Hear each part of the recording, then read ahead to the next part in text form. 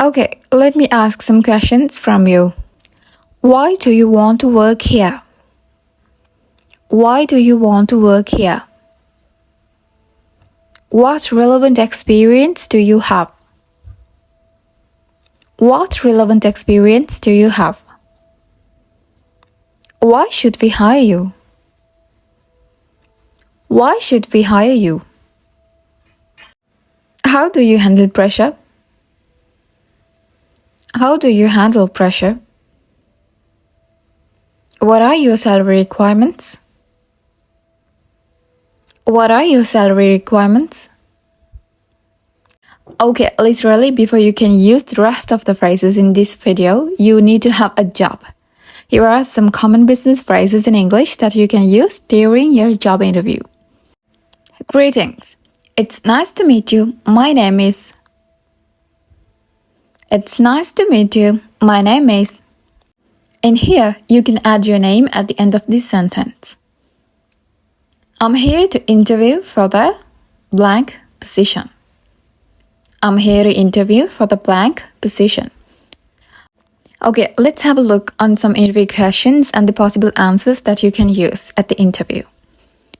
What can you bring to the table? What can you bring to the table? That means, how can you benefit the company?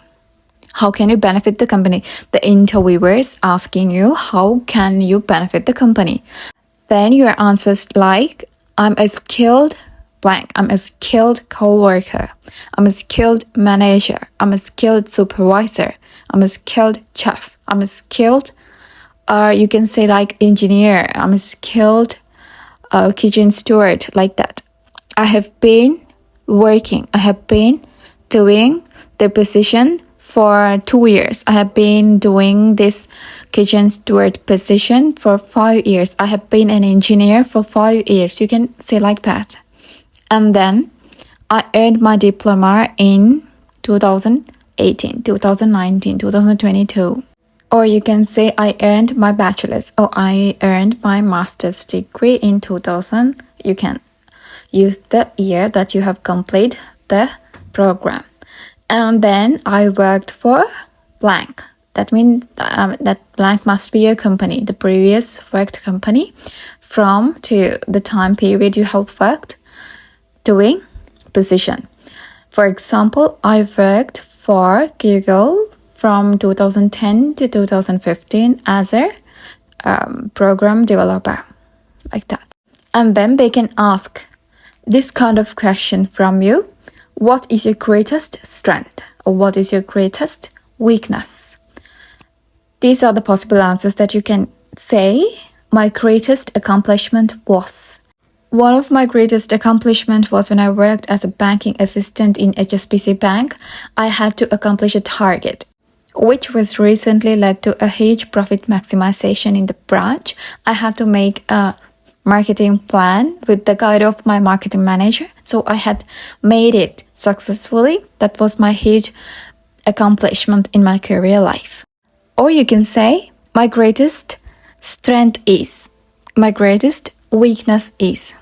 You can say my greatest strength is I can work under pressure. Perfectly, I can work under pressure.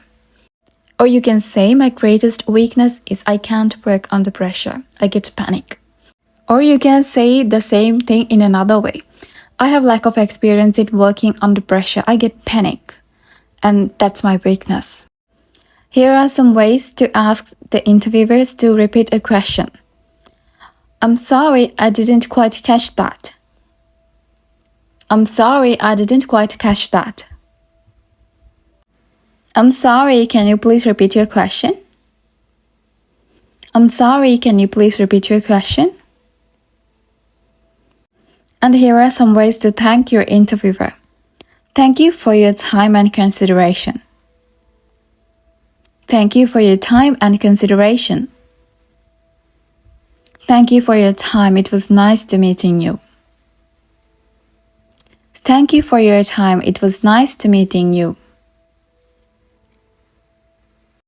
In the workplace, you will most likely need to interact with your coworkers on a daily basis. In this section, you will cover some common English business phrases for different situations. Let's go. Introductions. I would like to introduce myself. I would like to introduce myself. You can say this to begin introducing yourself to your new coworkers. Next, you can say, I'm blank, the first and last name of you, and I'll be working with you. You must put your first and last name in the blank. For example, I'm Mary Reynolds, and I'll be working with you. And then if you are going to introduce your new coworker, that the person you are training, you can say like this, I would like to introduce blank. For example, I would like to introduce Kylie Thompson. This is blank, and he or she will be working on this project now. In the blank, simply put the name of the new coworker you are introducing. For example, this is Charlotte Race, and she will be working on this project now. Okay, now when you have to ask for help in the workplace, you can say like this. Excuse me, can you help me with something? The excuse me at the beginning is a polite way to get your coworker's attention. Use this phrase to ask for help on a task. Hi, Mr. or Mrs. Blank. I have a question about blank. Can you please help me? Usually, you use Mr. or Mrs. in front of a person's last name if they are superior to you in the workplace, especially your boss or supervisor. And some workplaces are less formal, though you can use the person's first name in this case. In the first blank, put the person's name or last name. In the second blank, say whatever it is you have a question about. For example, hi, Mr. Washington. I have a question about the new computer software. Can you please help me? Or in a less formal workplace, hi, Joseph. I have a question about this assignment. Can you please help? And there's another way to ask for help. Hi, blank. Sorry to bother you. Can you please help me with blank? This is very similar to the above phrase, though the wording is a bit different. Sorry to bother you is a polite phrase that shows respect for the other person's time. In the first blank, you put the person's name, or Mr. or Mrs. you can add with the last name. In the second blank, say whatever it is you need help with. For example, hi Elizabeth, sorry to bother you. Can you please help me with this phone call? When you have to make apologies in the workplace. I apologize for. I apologize for, it's a formal and polite way to saying that you are sorry for something. In the apology phrase, say that thing you are sorry for in the blank. Additionally, you can add an explanation afterward to let the person know why or how it happened. For example, I apologize for not finishing this assignment on time. I apologize for the inconvenience. It won't happen again. I apologize for the inconvenience. It won't happen again. When you inconvenience someone, it means that you did something that hindered progress or made life more difficult for the other person. For example, if you forgot to mail out some important letters for your company, you could tell this to your boss when they ask you about it. Saying that it won't happen again means that you will work harder in the future to do a better job. And there's another one. Blank, I'm so sorry. Blank, I'm so sorry. In this one, you simply state that thing that happened or you did, and then say that you are sorry about it. For example, I forgot the flash drive for the presentation. I'm so sorry. When you have to give thanks. Thank you for your help with blank. If a coworker has helped you with something, it's important to thank them for it. In the blank, simply say whatever it is they helped you with. Thank you for your help with that presentation. You can say like that. And there's another way. I appreciate your blank. In the United States, people love to hear that you appreciate them or something that they did. In this phrase, simply fill the blank with what you appreciate your coworker for. Right? For example, I appreciate your patience while I learn the system here. Or you can say, I appreciate your help earlier. And there's another way to give him thanks. Thank you for doing true work. You have exceeded my expectations. This is something you might say to an employee who works under you or a new coworker. It lets them know that you recognize their hard work and that you are pleasure with it. When you have to complain about something. The meeting this morning was so boring. The meeting this morning was so boring. I just don't have enough time to finish the project.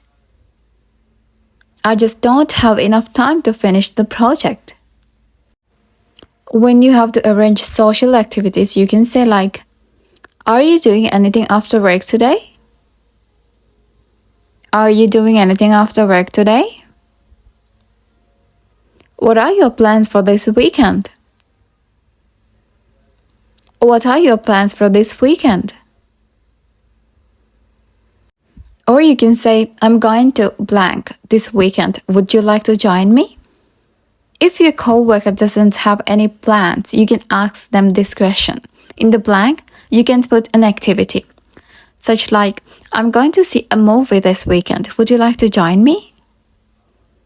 Or you can say, we're going for drinks after work today. Do you want to come with us? Giving opinions. I think that blank. Saying I think that blank is a polite way to begin starting your opinion on something. For example, I think that we should follow through with the new budget proposal. Or you can say, it seems to me blank. By saying it seems to me blank, you're showing that you believe something to be true, but that you are not assuming you're correct. This is a polite way to starting your opinion without excluding the thoughts of others. For example, it seems to me that we are in agreement here. Alright? And there's another way. This is only my opinion, but blank. This is only my opinion, but blank. This phrase is similar to the above one, but is a little bit more humble sounding. The word only indicates that you don't think too highly of your opinion and that you respect the opinions of others as well. For example, this is only my opinion, but I'm not comfortable with that idea. And there's another way. Based on the information, I think blank. Based on the information, I think blank. This is a good way to phrase your opinion in reference to what others have said already. It shows that you were paying attention to them and that you have formed a conclusion with that info. For example, you can say like, based on the information, I think we should increase the production. When you have to make statements on agreement or disagreement, you can say, I concur with. I concur with. Concur is a more formal word for agree. In most business settings, you can use either word. In the blank, you can either use the name of the person you agree with or the idea that you agree with. Okay? I concur with Olivia. Or you can say, I concur with that idea. I think that's a good idea. If you agree with it, you can say like that also. When you have to disagree with someone else, you can say, you have a good point, but blank. You have a good point, but blank. This is a polite way of slightly disagreeing with someone. It shows that you approve of most of what they say, but you think they missed something or gave bad information somewhere. For example, now coworker is saying, the company may benefit from closing one of our locations. Then you can say, you have a good point, but I think that's a bit extreme under the circumstances.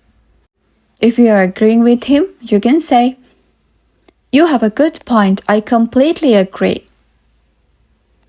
You have a good point, I completely agree. Or you can say, I'm sorry, but I don't agree with you. I'm sorry, but I don't agree with you. When you have to make negotiations. Negotiations can be a stressful procedure, but with these useful phrases, you can feel a lot more confident in your abilities. For example, you can use this phrase, if we can't blank, then maybe we can blank instead. This phrase is useful for suggesting a compromise or alternative. In the first blank, put a certain course of action that you can't do. In the second blank, put a course of action that you can do instead. For example, if we can't increase the budget, then maybe we can lower costs instead. And there's another way to negotiate. If we blank, then they get blank and we get blank.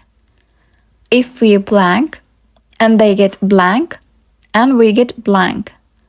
This phrase is useful for talking about what will happen if a certain course of action is taken. In this first blank, put the course of action. In the second blank, put what the other party, such as another company, will get as a result. In the third blank, put what your company will get as a result. For example, if we share our resources, then they get more manpower. That means employees, and we get more supplies. Or you can simply say, it's a win-win situation. A win-win situation is where both parties can benefit from a decision. The last example we looked at is a great example of a win-win situation because both sides get something good. Can we talk about or explore alternatives? Can we talk about or explore alternatives? If the conversation doesn't seem to be going your way, you can use this phrase. When you say this, it means that you want to talk with the other party about how you could do something differently or make a better plan. Answering a work phone. Hello, you are speaking with blank. How may I help you? Hello, you are speaking with blank. How may I help you? When you answer the phone, it's common to say hello, followed by information about who they are talking to. Then ask why they're calling or how you can help them. For example, hello, you are speaking with Robert. May I help you? Or how can I help you?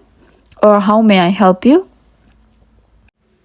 Or you can say, hello, you are speaking with a company name. Or you can say, hello, you are speaking with a BNB Corporation representative. How may I help you? And there's another common way. Hello, this is blank from blank. May I ask your reason for calling today? For example, hello, this is Tiffany from BNB Corporation. May I ask your reason for calling today? When you have to take messages for others, I'm sorry, blank isn't here. Can I take a message? I'm sorry, blank isn't here. Can I take a message? If the person the caller wants to speak with isn't available, you can use this phrase. For example, I'm sorry, Mr. Lucas isn't here. Can I take a message? Or you can say, thank you, blank will contact you shortly. Thank you, blank will contact you shortly. For example, thank you, Mr. Lucas will contact you shortly. You can say this phrase after caller has given you a message for an unavailable person. Or you can use, could you please repeat that? Or could you please speak more slowly? It can be difficult to understand people over the phone. If you need to caller to repeat something, you can use this phrase. Could you please repeat that? Or could you speak more slowly? I'm sorry, I didn't catch that. Could you please repeat?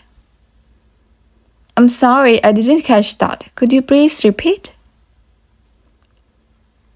When you have someone on hold, depending on your work, it may be common practice to put people on hold for a short period of time while you gather information for them. Then here's some phrases that you can use. I'm sorry, but may I put you on hold for just a second?